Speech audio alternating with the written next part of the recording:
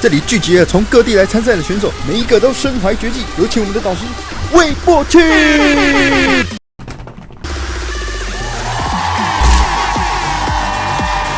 今天的比赛可是非常严格的，如果你真觉得你有那本事，来拿吧，这条链。有请我们的第一位选手洛林先生。第一个选手就这么炸，我越来越期待后面选手们的表现。据说这位选手来头不小，非常的派，好像没什么特别。